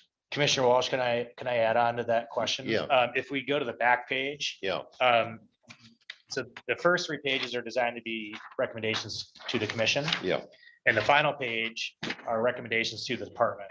Okay. So the thought process was to give the department some leeway.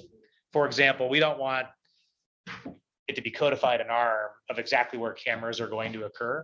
Something like that is best to signal our intent, but then leave the department discretion on feasibility of how many cameras are afforded and where they go. Or if it's even a camera, maybe it's. Or it's not a camera or a counter. And so in a similar mechanism, there are recommendations that we can vote upon to give to the department of questions when you do reserve your permit.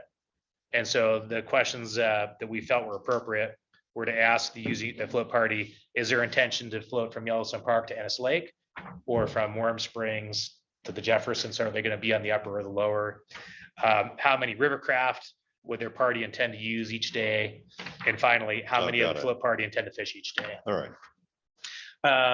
We kind of worried that we want to have, the permit is required, but these questions are more of a survey questions. It's not, you're not validating your permit by one of these or the other, and then you're legally bound to, oh, you said you're gonna have 6 anglers and you have 8 anglers, that's a violation. So it was a gathering data recommendation. Just to be clear, flexibility in mind, you're proposing a administrative fee to cover the permit itself. Yes, but none of those fees would come back for a river corridor enhancement fund or for department FTE. So Could have a voluntary thing, right? What's that, sir? You could have a voluntary check this box if you'd like to give $10 to the Madison or. Yeah, I suppose you could. Those are typically that effective, but the Okay. transaction fee would be levied by whoever's hosting the system just to cover the transaction. And that wouldn't, to your point, your question, John, that wouldn't be calculated on a per person basis. It would be for the permit itself when you process it. Generally, they're per person. I mean, like when you, but that's the discretion. It could be per day permit or per reservation. I'm talking about two different things. Yeah. If you eventually get to a regulatory scheme where you're requiring a permit with a fee of some sort. Legislative action if you required. Yes, I correct. thought what we were talking about was just more the administrative cost of making the reservation, which if I go online and make a reservation, whether it's for one person or for 20 people, wouldn't that be just It'd be one the same. simple? So the way the recommendation is worded is to keep it pretty general. And so that would be to the department's discretion, whatever, in light of recouping costs. But administrative costs for a software website wouldn't matter if there was one person on the permit or 20. Right? Yeah, so that's that the would- discretion of the department. Zach, from a county commissioner's point of view and wearing your non-commercial hat, what sounds better to you per person or per vessel? I'm kind of inclined to not go there because I think the intent is just to Cover the. Consensus. cover the overhead of Correct. the No, not, system that you're implementing. this Done it. past It's year. gonna wind up being per permit. Yeah, so it's like you go onto recreation.gov to book a campsite, you get a $3 administrative fee just to cover recreation.gov's costs. That's all we're talking about. Right. here. right, but the permit, do you think it should be each individual has to have a permit, or is it? That would be in 3 years. And We'd what, be looking at what that. we're proposing is if we all wanted to go on a tube trip, I could get a permit for all of us. And As was- long as there weren't more than 20 of us, Gotcha. then you'd have to get Yeah. a permit too. for the- And John, that's typically the way river permits work. Okay. Typically, a couple boats are floating down and usually enforcement happens at a boat ramp. And Got it. Per- yeah, where's your, Johnny has it, he's a trip leader, can I see it? It's like a transaction fee. So your transaction is to get the permit for however many people. We know how many people there are because they're saying any fee right now is a transaction. And that's 100% to the discretion of the department to structure that. So that's all the recommendation is. Well, and that transaction fee will likely depend on whatever the contract is with the department and whoever provides it. I mean, currently for recreation.gov, for example, it's just one transaction fee. You can rent the same campsite for X amount of days for X amount of people. It's still the exact same fee as if you just got on and rented it for one person. Makes sense. Right? It's just a flat rate. For other things you've dealt with, one of the concerns was somebody would, well, I know 10 guys will go along, but maybe we'll get another 10, so he just puts in for 20. So, you know, the data validity gets kind of fuzzy if it's not per person cost. That's my only concern. Yeah, it's accurate. But if you. Or there's 10 guys one day and 10 different. If your family reunion was like this weekend, you're like, well, I'll do the max each day. And, you know, I got a lunch hour Monday and we're gonna go, oh, why not just do 20 if it doesn't? And so then on the weekend, well, only 4 people decided they want to go. I'm not gonna edit my permit. Perfection is the enemy of Yeah. progress. Let's Yeah, just get the to- rubber hitting the road. But that's why you cap it at 20, because if you got Right. 50, then you're really skewing the numbers. And- At 20, it's. And there's a really important thing to understand on every permit system, including our commercial permits. We see there's a difference between permit capacity and actual use. That's where passive monitoring comes in. So let's say in the future, this is a tool that we wanted to use to set some upper boundaries on user limits. Then you say, well, we're gonna issue this many passes, and if use keeps going up, well, then you know, what you're trying to do, you're trying to use control actual or, you know, manage actual use. This is a tool. So there's any questions on these recommendations? I have a question. Did you mention that they would have to report what type of vessel? I heard activity, but do they? Yeah, have- great question, Allison. So on the very final page, our recommendations, not to the commission, but to the department, to give guidance on data collection. So for example, there's recommendations on places that we think would be strategic for gaining data from passive monitoring methods, like the three popular wade fishing zones, for example. On the Madison River float permit, we recommend that as you're reserving your permit, you have a short series of questions that you're asked. One is, do you plan on being on the upper river or the lower river? 2, how many rivercraft or watercraft do you plan to have in your party? And 3, how many members of your float party intend to fish?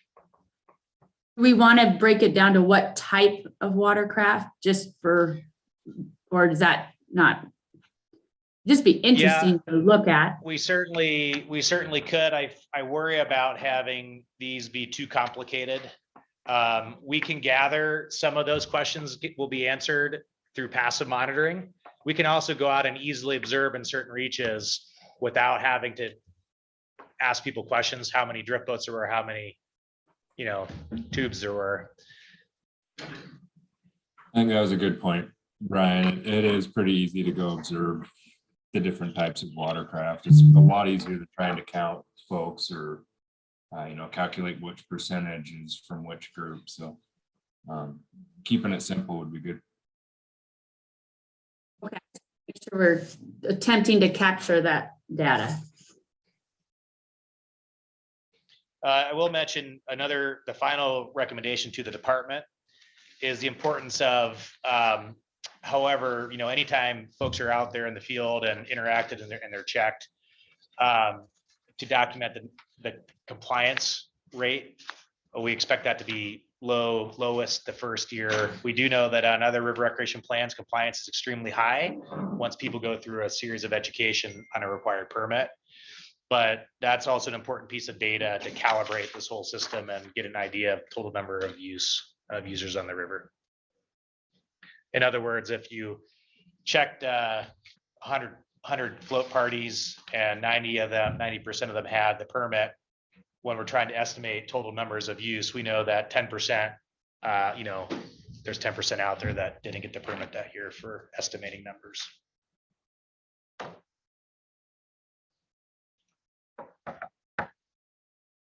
Any other questions? The enforcement, gentle enforcement is also an opportunity to check to see what the actual usage is versus the reservations.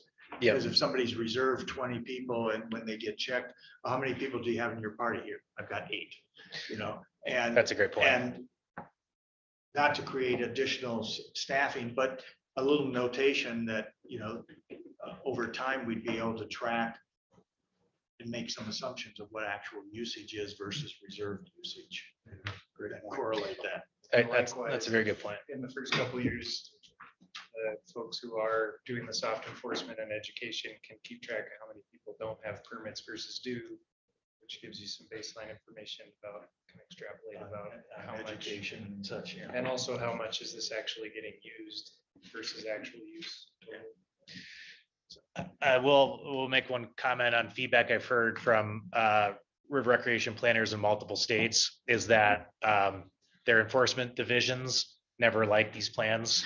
They prefer things are black and white and everybody's got big tags on Watercraft. The flip side of it is they're very effective. So back to kind of not getting hung on perfection. And most importantly, enforcement costs do not rise once a river becomes permitted. I think of it like fishing licenses. We sell fishing licenses to college kids every day. Most of them never get checked in a year, but people still know they have to get fishing licenses and they still have them in their pockets. So that's sort of what happens on permitted rivers. People tend to follow the rules.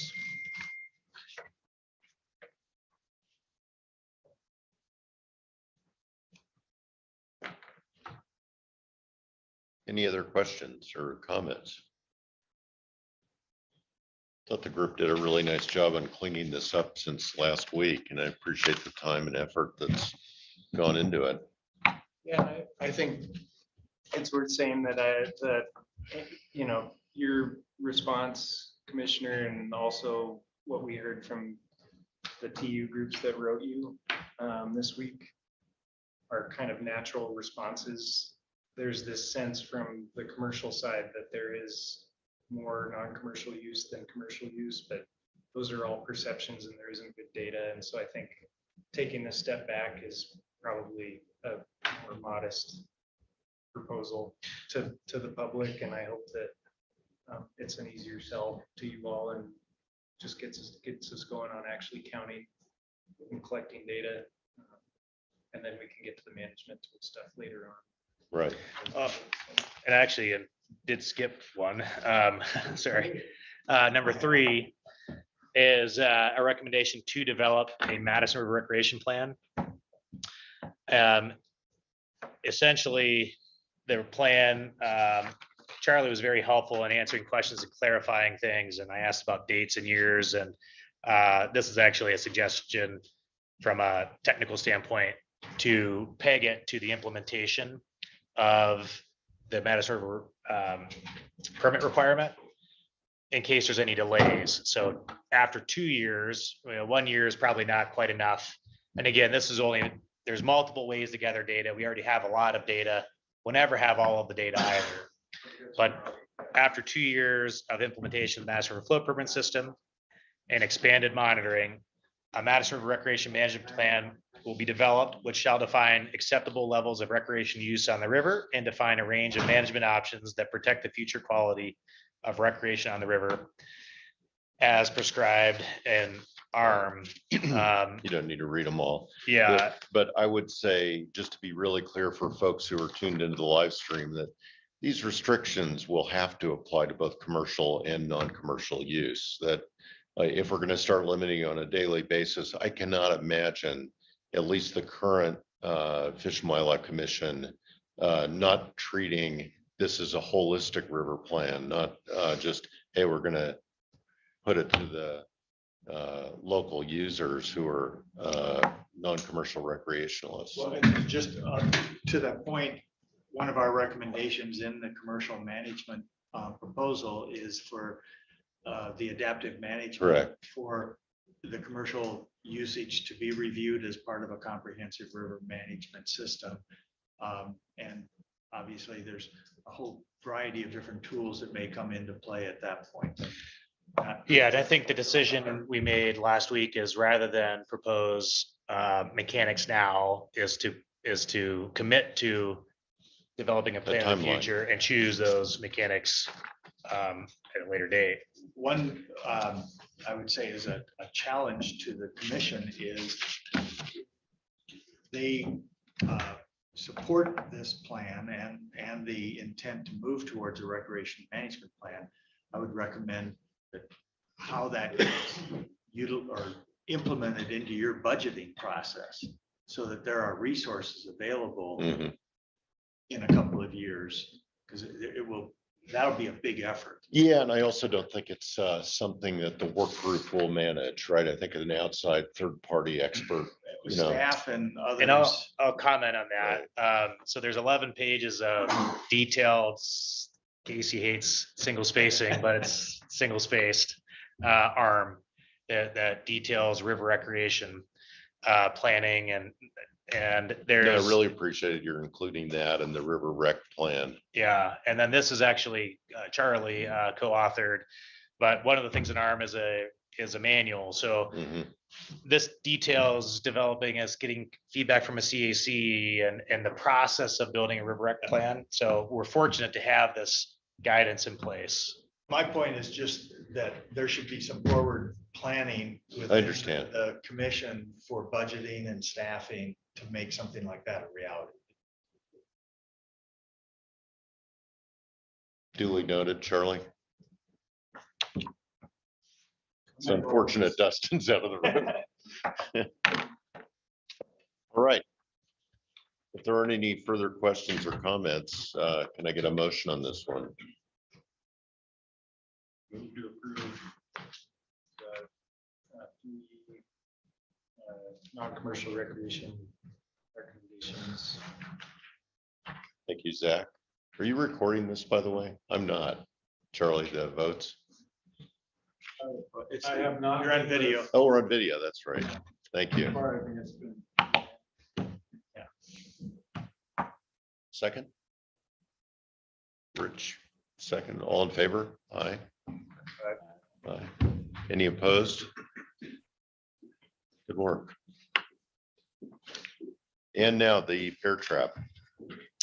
So this is not a recommendation to the department or to, well, it's not a recommendation to the commission. To summarize, this is primarily targeted towards the BLM. Chris McGrath and I and others have had a lot of conversations on this. The BLM currently has guidance in what's called limits of acceptable change on the number of float parties they feel that should go down the Bear Trap Canyon Wilderness area on float parties per day, and that's at 6. We know through informal observation that that's frequently exceeded, but there's not a formal way to collect data that's effective.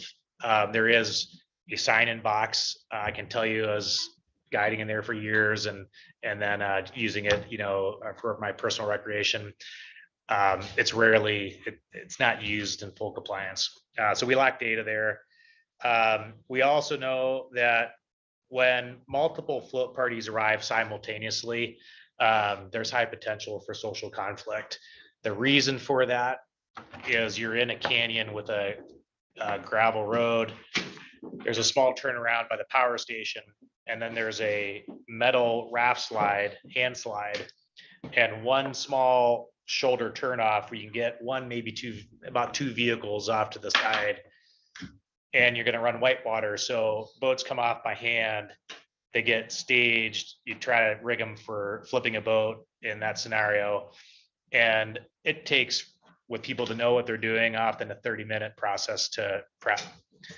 On a Saturday, when the river levels are good, sometimes the stars align and multiple parties all show up at once. There's one other area about 200 yards up where you can just kind of park to the side to wait. And after that, it's a long way back up the canyon before the first formal parking area.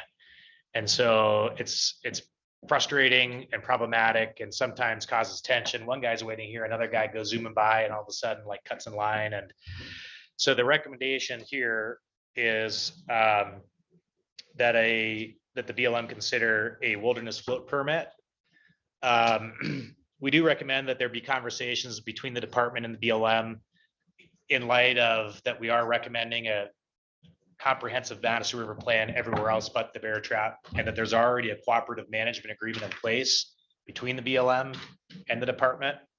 that they may want to have some considerations and discussions to have that be fluid and synchronized. The recommendations are further that each float party, when they get a permit, are assigned a launch time, and those launch times are staggered 30 minutes apart. Out of the 20 or so possible launch times, pull about 4 of them for the commercial users that operate already on a commercial permit. And the idea is to stagger people so that they're not showing up at the same time. And again, similar recommendations to define a trip leader. That trip leader needs to be on the permit or on the river. And then finally, after some data is collected, look at possible other management, considerations. If we see that it's frequent that 9 parties put in per day and the limits of acceptable change define 6, they may want to put a total number of limits on float parties per day. But we did talk with Chris McGrath and kind of asked, do you want these recommendations? And Chris, I'll invite you to chime in a minute. And Chris articulated that he thought it would be advantageous to have our recommendation if we feel it's appropriate, and would be useful to the BLM to consider this as an option. Chris, do you want to comment on this? Yeah, so thank you for putting that together and all your work you've put into this. So obviously this is a Montana Fish, Wildlife and Parks and Montana Fish Wildlife Commission put together group. But we really do, if you guys had the time, which that'll be up to Casey to spend on this, if you guys did want to give it to us. And even if you don't, Brian, let's get in touch and we can get this in whatever format you want. But if it came from the group, it would probably be more impactful than if it came from an individual. We can get that into our management whenever. So. Yeah, I'd suggest that we vote on this one as well, Chris. Brian, did you say that presently there's an arm that suggests how many non-commercial? It's not an arm. It's BLM. I forget the name of the document, but then in the federal system, they use a term called limits of acceptable change, right? Recognizing the human impact changes, resources changes the experience, but there's an acceptable limit to how much people you can put in. It's a way to define a capacity. Okay. And so that's already been articulated at 6 float parties 6 float parties per day. Okay. And that's just non-commercial.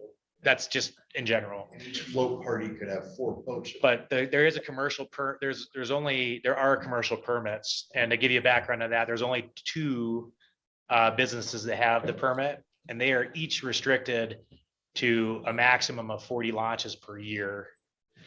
So at the most, if they both launched on the same day, you'd have 2 commercial launches. They both have Restricted. weekend restrictions too. Both have what, Chris? There's weekend restrictions. There's X amount of weekends allowed. I think they get And maximum number of 3 rafts. float launches on a weekend. The permit gives them, 3-day ones. yeah, right. It's significantly restrictive on But the the commercial use. non-commercial doesn't have any limit as to per. No, there's no party size limit. There's no number of party limits. There's no recording. There's nothing. 6 parties a day are what's recommended. That's what's recommended by the BLM through one of their, Chris may chime in There are with the limits of terminology. acceptable change. And they don't have they don't know that number? No. It's through occasional river ranger floats. They'll say, geez, I saw in this one day, we saw 8 groups. So we know that it's happening. We don't know how many days it's Same thing exceeded. that applies to this, that a good first step is to find out how many are going down. And That's the recommendation, is you start with a required permit. And this would be the one recommendation where there would be some limitations from the very beginning, because by staggering people, you're in a way setting extremely high capacity. Right. Right now, there's not 20 groups a day going down, but you're trying to immediately solve the social conflicts that happen. Some days it's fine. You get there and there's no one there. And other days, 4 groups show up Brian, at I'm the sorry, same I don't time. have the sheet in front of me. How are you suggesting that you stagger? A permit. But how many, what's the quantity? Every half hour. Every 30 minutes, you're assigned a 1-hour launch window. And so 30 minutes. Group a can new go. launch. So there would be a little overlap. So for example, it'd be better to think of examples. You register for a bear trap day float permit. I want to go July 3rd. And I see that the 8 o'clock slot is still open. I register for it. I have between 8 o'clock and 9 o'clock to launch. At 8:30, another launch window begins. So there could be another group come in, but 2 groups are cordial. And you want, if someone shows up a little late, it's hard, if they show up 15 minutes late in a 30-minute window, they're not going to be done in time. So give folks a little bit of I leeway. get that part. Aren't you leaving the door open for higher density use with, right now it's 6 groups, but you're just saying every half hour a new group? Right now, there's no limit or restriction. So Suggested by the BLM of 6 parties. but it's not enforced and so the suggestion is because there is no data collection, to first have a system, to get people used to a permit and education. Wouldn't you data like to have collection. a system that actually represented what the BLM is suggesting now, which is 6 groups a day? Chris, would you like that in the recommendation? From the get-go to have the 30-minute windows launch, but then once 6 are filled in, Could probably it's go capped the rest of the day. It's the same argument there. We don't know how many are using. But Go to we know 1 hour the BLM is launches. suggesting that they're Yeah, comfortable but with. if they're off by 2, there's 12 votes. They'd like to, I'm sure they'd like to rectify that and bring it back. This is a recommendation to the BLM. I think with it, they're going to implement something. They're going to have a process. I think that's a conversation that they'll have. Yeah, I would just echo, I personally wouldn't feel comfortable weighing in on what the BLM should do of regulating the bear trap, because we really haven't had the information flow, review of environmental factors that they've used. I think what we're doing is, in my mind, is just suggesting to them a tool that they may wish to use. Correct. Got it. Yeah, we have no authority. to No. tell Got it. But I think it does I think it gives voice and it helps elevate the conversation within the BLM. And we certainly, it'd be kind of strange that if we had this river recreation management plan in the Madison everywhere except the wilderness area. So that'd be an obvious glaring, inconsistency. Any other questions or comments? Just to clarify one thing on this. Oh, wait, Chris has one. Just similar to the FWP process, it would go through an internal BLM process. We would make considerations of it. If it did move forward, it would have to go forward through an EA process, which would involve public comment and likely public meetings. So just want to make sure everyone knows that. Yeah, Mike. Would this be incorporated under the FWP permit system? Just It could. I mean, it's not currently part of the cooperative management agreement, but I do encourage the 2 agencies to talk. Right. It could be that, the BLM could say, we already have this agreement and, the department's already, from an end user standpoint, it would make sense that I go to one place to get my Madison River permit. And so I wouldn't, that's one of the recommendations Down is there and you go, oh, I want a Madison permit. What bear trap? Oh, I gotta do. you go to a different web. So it's a good, I think it's a recommendation that there be some communication to explore that. Are you good, Chris? Yeah, I would, yeah, I'm good with that. That was well put, everybody. We make that a recommendation that if BLM agrees to some system like this, that it just be incorporated under the Madison non-commercial user permit. The final recommendation is cooperation between Montana FWP and BLM is encouraged to determine if a cooperative management agreement that includes the wilderness area should be established as part of the comprehensive Madison River Recreation Plan.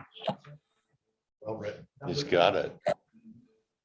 I move that we adopt this recommendation to the BLM for the Bear Trap Canyon. Thanks. Second? Yeah, Jim, second. And all in favor? Aye. Any opposed? What else you got? That's it. Brian, it. you've done great work carrying all this through. Yeah. I really appreciate this last week was like almost daily through the weekend. Good job. Everybody did a. Hold on. And you had the skin, because you got a lot of feedback and you kept chugging that. So good work.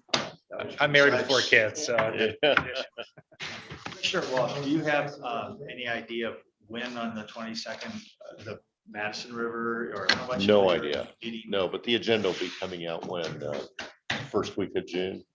Yeah. So that's really up to the chair and the director. Yeah. And whether it's on the agenda. We shall Yeah. see. We shall see. Should we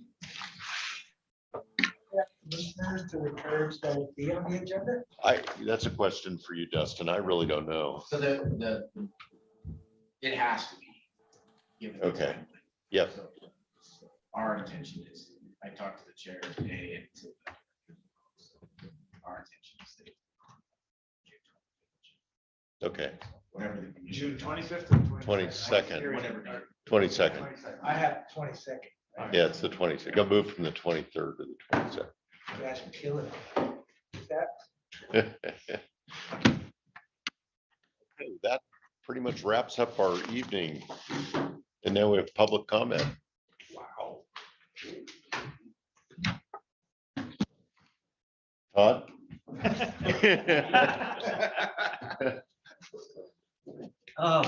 I'm really excited that you guys have got through so much in such a short time of just 3 meetings ago, what seemed to be impossible, and that it's moving forward. The one thing that I am very concerned about is that we are not going to be gathering information this year for the non-public use, because I think all the non-commercial, I'm sorry, did I say non-public? I meant non-commercial. I think that all of Brian's very diligent work and the numbers that he's put together, the ones that he mentioned about the growth in the Gallatin Valley should be eye-popping to everybody. The fact that Big Sky is actually buying property in Ennis, Montana should be eye-popping. The idea that we will be known as having the Big Sky International Airport should be eye-popping.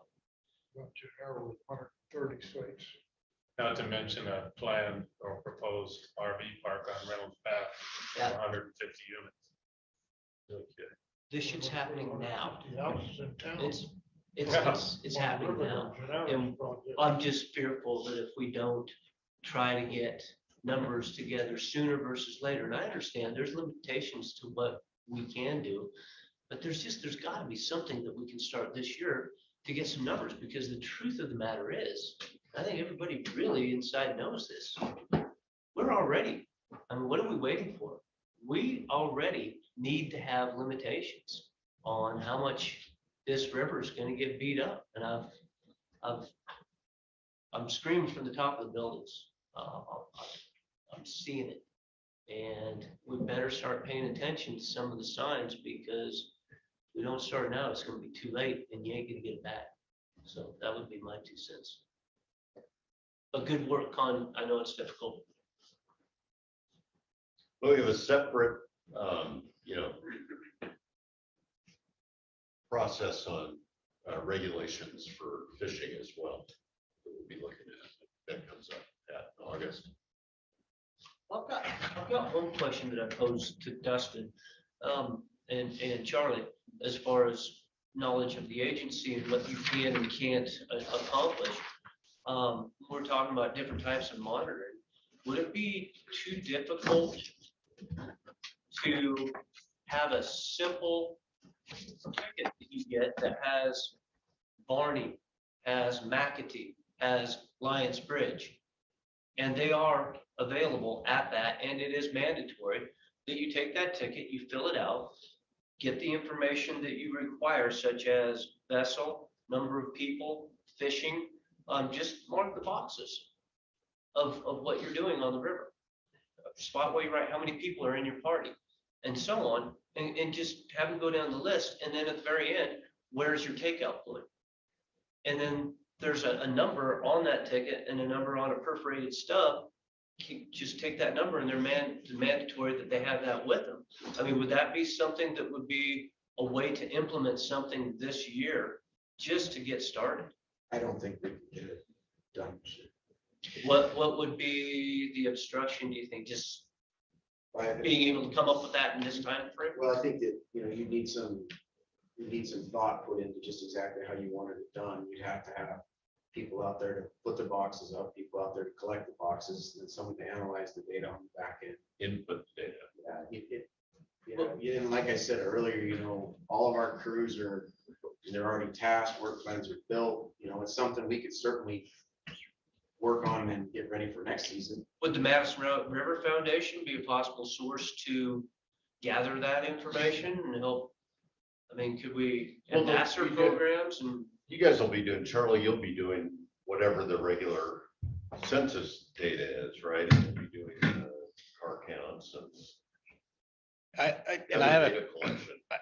question for Charlie and Dustin. I know we're gonna there was expanded camera count data from 20 and 21 that we're gonna get soon. So they did several cameras.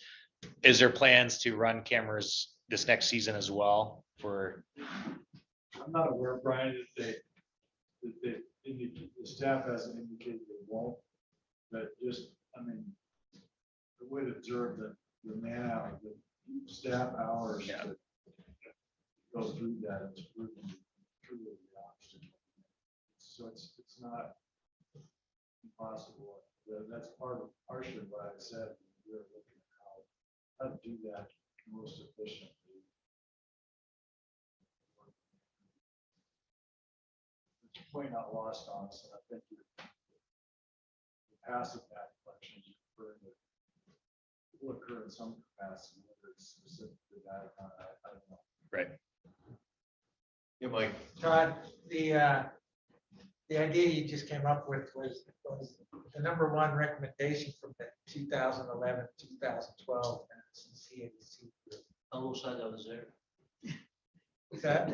Almost like I was there. Almost like I was there. And it was that, as we know, none of those recommendations were implemented due to budget issues.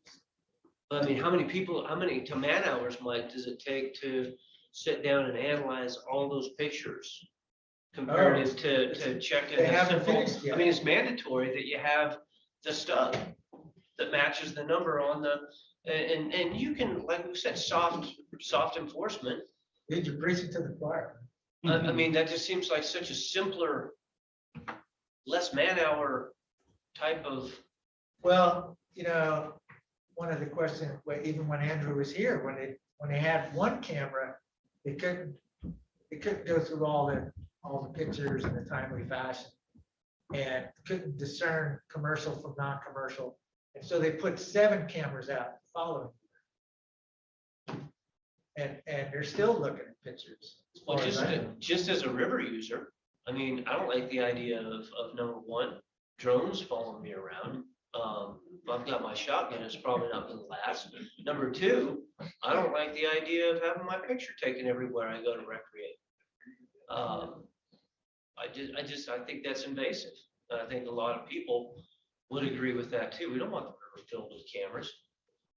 Todd, I think what Dustin and Charlie are kind of saying it, your idea is excellent. Chris brought it up last meeting, and but they're just saying it's too late right now to have fish, wildlife, and parks. So you're onto something, and a collaborative effort with the outfitters in the community that was spearheaded by Madison River Foundation. And then we all look at each other. We're all booked out for the next 100 days here. It's like we're all running thin on time, and so it's not.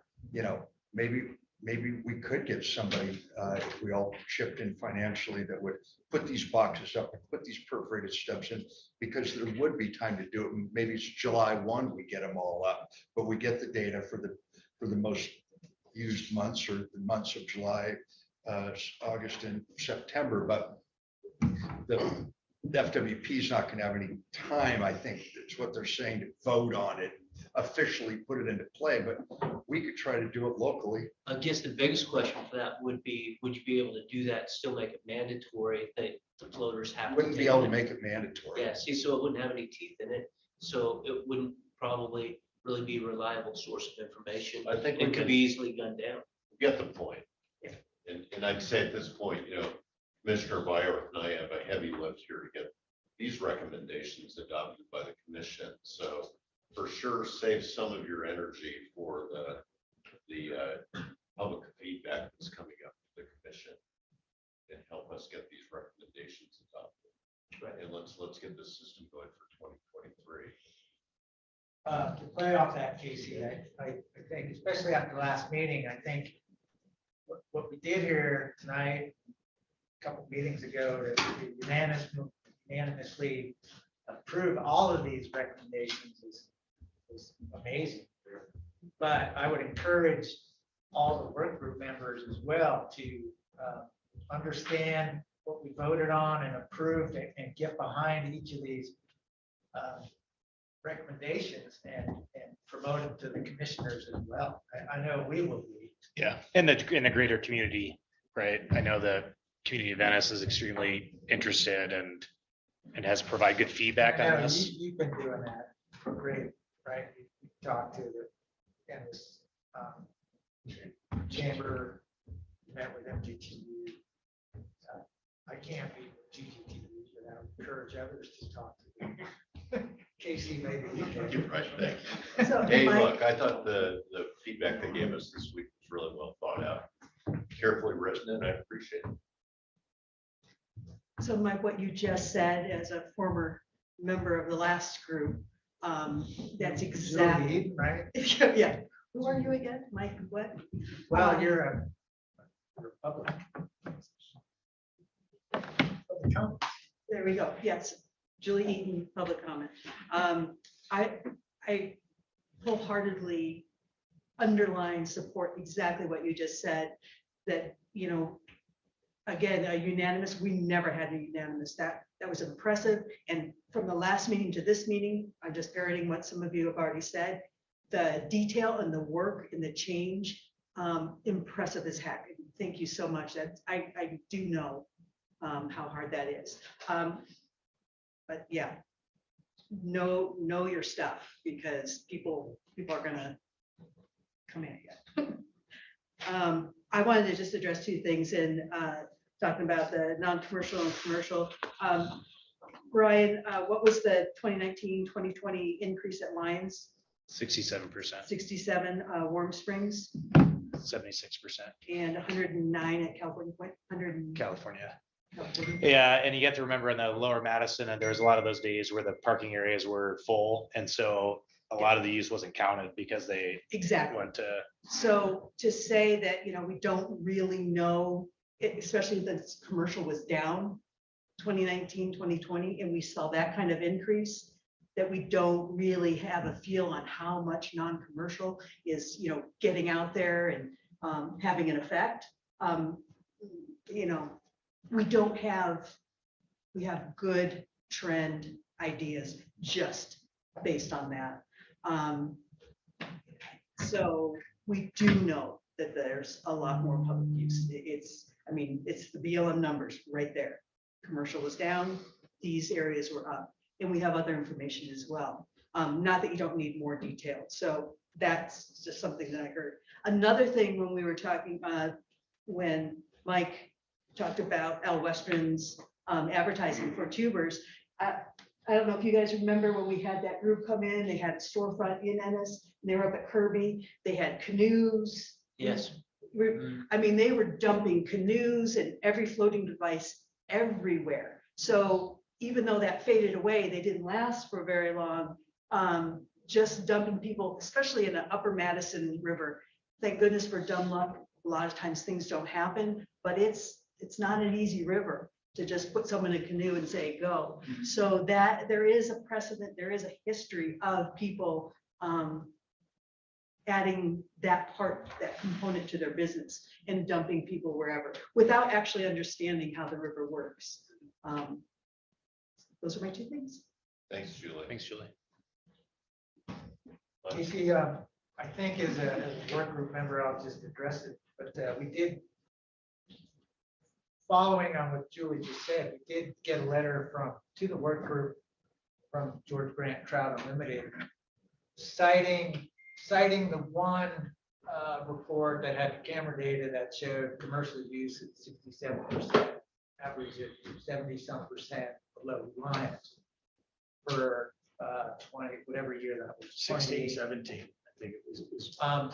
And that, Really? and also in their letter, they talked about how, there's no other data that commercial use is so high, and that's simply not correct. There's the biennial angling pressure reports that also include lower river use that shows non-commercial use growing at twice the rate of commercial use from those time periods.